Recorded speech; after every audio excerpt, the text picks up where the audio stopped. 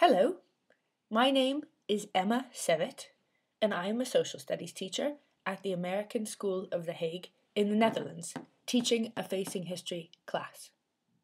Guided by your scope and sequence, I built my own curriculum, tied to local Dutch history and issues, both historical and current.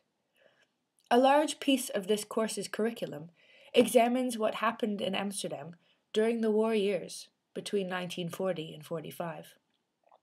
My innovative proposal is to lead my facing history students on a walking tour called the Walk of Resistance and Persecution.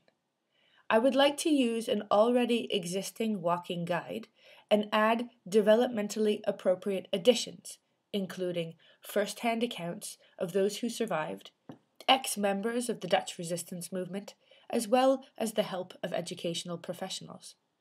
The students will lead sections of the walk themselves.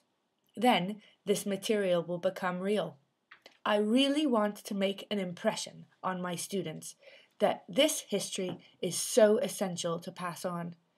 I want them to be able to answer such questions as why did people behave as they did? The walk will begin in front of the Anne Frank House in order to introduce the concepts of victim, perpetrator, bystander, and upstander. From there, we'll walk towards locations that were responsible for making fake IDs, printing underground newspapers, soup kitchens for supporting the Dutch population between 1940 and 45, especially during the hunger winter in the later years.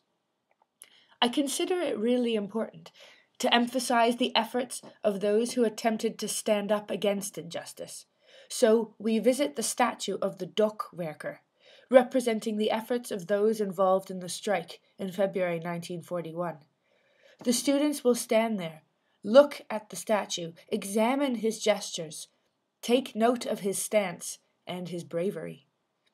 We find our way to the Hollandse Schouwburg, the location where the Jews were rounded up from and taken by tram and then train to Westerbork. The Schouwburg now stands as a museum and a memorial to the Holocaust in the Netherlands. We conclude the walk at the Dutch Resistance Museum, whereby the students visit the permanent exhibit and then learn about the detail of the resistance movement's actions. So how will this spark change? I hope this innovation will stir consciousness in the minds of the students, that it will provoke the students to be more aware of their actions, to empathize and put themselves in the shoes of others, but most importantly, to remember and to pass on that memory.